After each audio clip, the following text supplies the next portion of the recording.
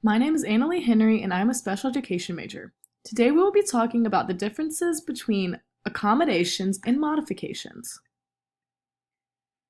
First, it's important to note why these two things are significant in education.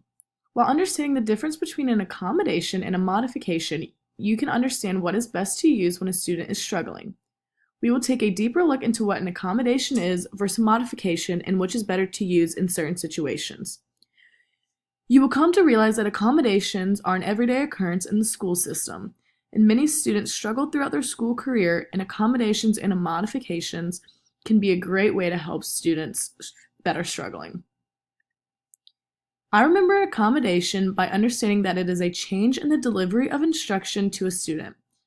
This does not change how much information a student is required to learn, or change the content that students are required to learn, but instead how it is taught.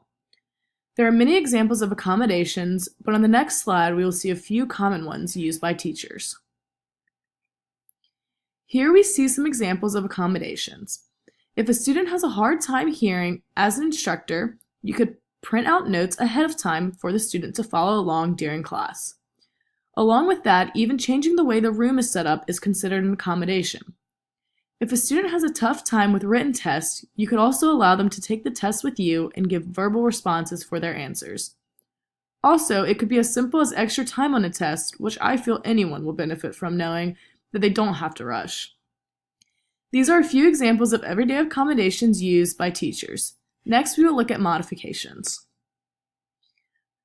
Unlike accommodations, modifications change the amount a student must learn or even what kind of information the student is learning.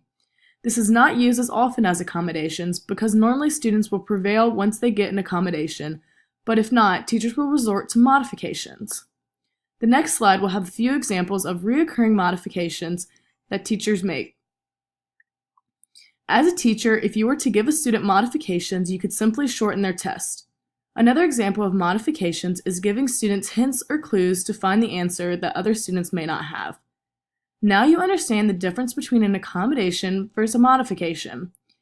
As a teacher, you now have some ideas about what you can do to help students, but it's important not to cross that line of too much help.